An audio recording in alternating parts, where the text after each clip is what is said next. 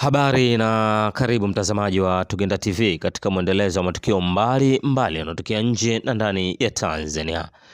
Mbunge wa jimbo la Tunduru Kaskazini kupitia chama cha ACT Wazalendo Ado Shahibu amesema kauli ya waziri mkuu kuhusu visa vya utekaji dhidi ya viongozi wa dini na kisiasa inachochea matukio ya utekaji zaidi. Kupitia ukurasa wake rasmi wa Instagram amechapisha ujumbe akisema namnukuu, kauli ya waziri mkuu kwamba visa vya utekaji dhidi ya viongozi wa dini na kisiasa nchini vinatekelezwa na watu wasiolitakia mema taifa ni kauli ambayo inachochea matukio ya utekaji zaidi.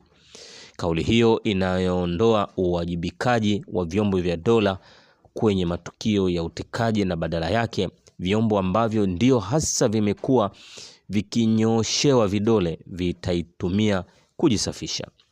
Pia kama kauli hiyo ingekuwa na ukweli, serikali ingewachukulia hatua watu hao inaosema kuwa wanapanga vitendo hivyo. Kukosekana kwa hatua hizo ni wazi kauli hiyo ya waziri mkuu ni propaganda inayolenga kuvisafisha vyombo vya dola. Jaribio hilo halitafanikiwa.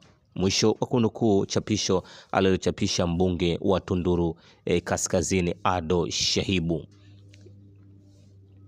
Na kushauri tusisahau kusubscribe, kushare na kulike Tugenda TV kwa habari na matukio mbali.